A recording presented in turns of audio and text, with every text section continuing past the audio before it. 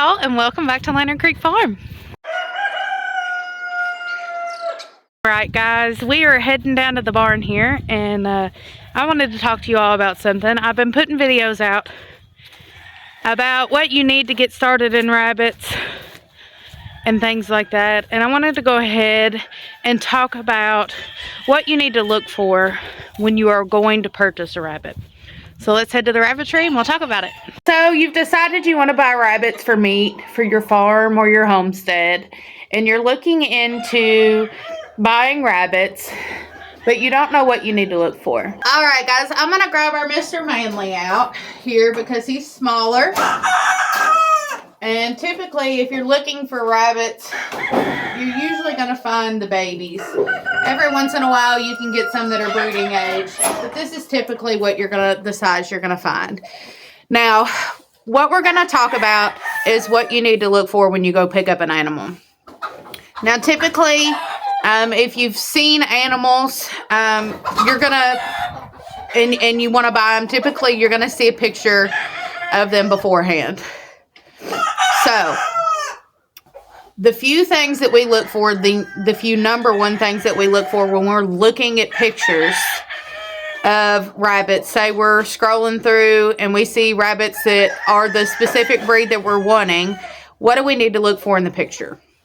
Well, first you need to look for how the animal is housed.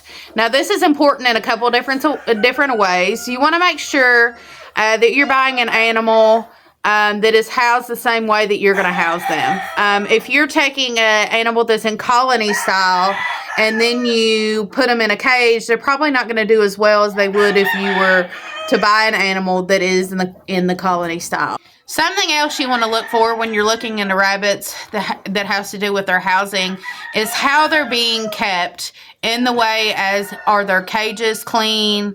Are there a bunch of rabbits piled in on each other? Do they look like they're being kept humanely? Because typically, if an animal is kept humanely, then they're going to be in better health, and they're going to have a lot less chance of coming home with some type of contagious sickness or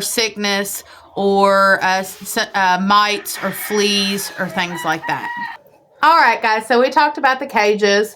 Or the area that the animal is being kept in, and the importance of the cleanliness, and the animals not being piled on top of each other, rather the animal is humanely kept or not.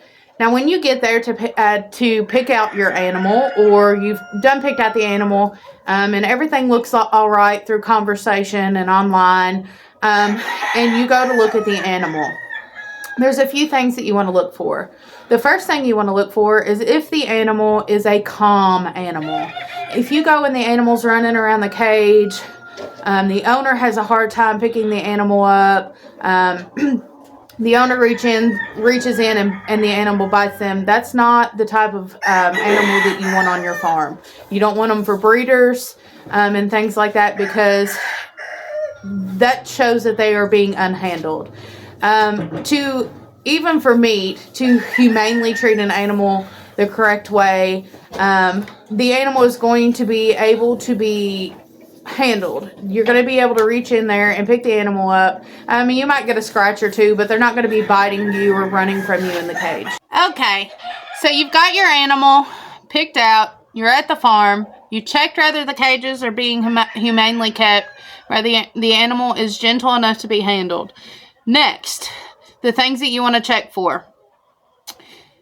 Animals that are unhealthy have a few telltale signs of what's going on. Now, this isn't going to guarantee once your animal gets home that it's not going to be sick, but here's a few things to check for right off the bat.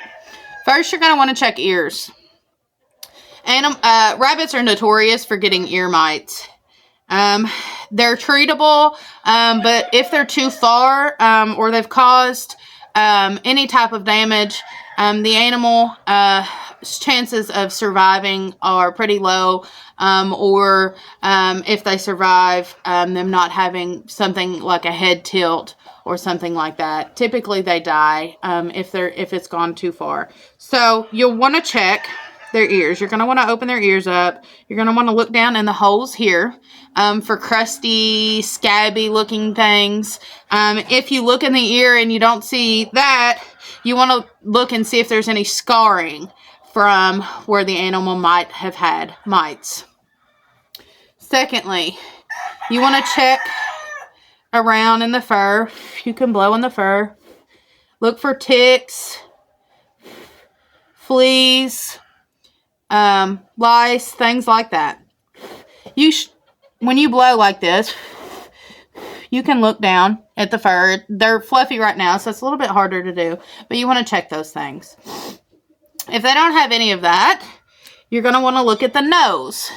When you look at the nose, you're going to want to see if there's any crusty gunk at the nose, crusty gunk in the eyes, if the nose looks wet, if the eyes look wet, anything like that.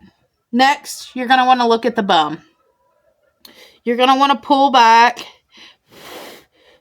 and look and see at their private areas, if there's any gunky, poopy looking things, if they're impacted, if they have any sign of diarrhea or anything like that.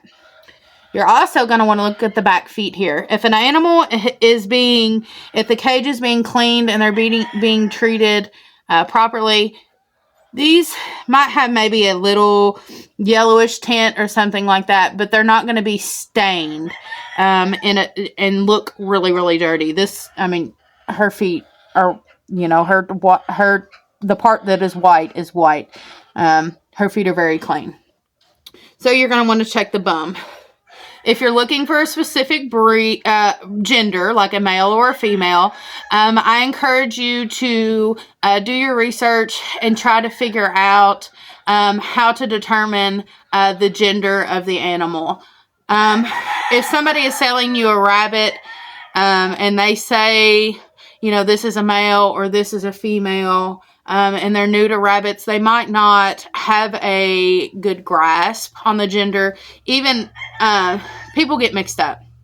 Sometimes it just happens, and they'll, grab the wrong rabbit that's maybe a male or a female. So when you're going to pick up an animal and say you want a male or a female or male and a female, you want to check, you want to be able to check for yourself whether that is the correct gender. Not to say that somebody's going to intentionally give you the wrong animal, but you need to check for yourself to be sure that is the gender that you're specifically looking for.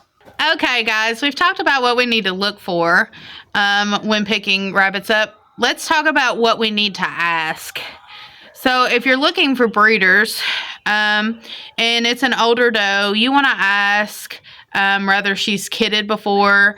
If she has kidded before, how many kids did she have? Was she a good mom? Did any of her kids die? If you're looking for a buck and he is breeding age, ask if he is a proven buck, if he's ever bred does and how well he did, rather the does took or rather the does didn't take, rather he had a hard time breeding the does or not. Some other things I would urge you to ask is if they've kept record of the previous kits that maybe the breeder doe has had, if she has bred, of size and their growth rates and how well they grow. If it's a pedigreed rabbit, a lot of times they'll keep those records. If it is just a meat mutt, sometimes they don't keep those records, and that's okay, but it's good to have those information so you can kind of know what to expect. Probably a million other things that I could have added to this, but I just can't think of them all. But if anybody else has anything to add, I encourage you to add those things.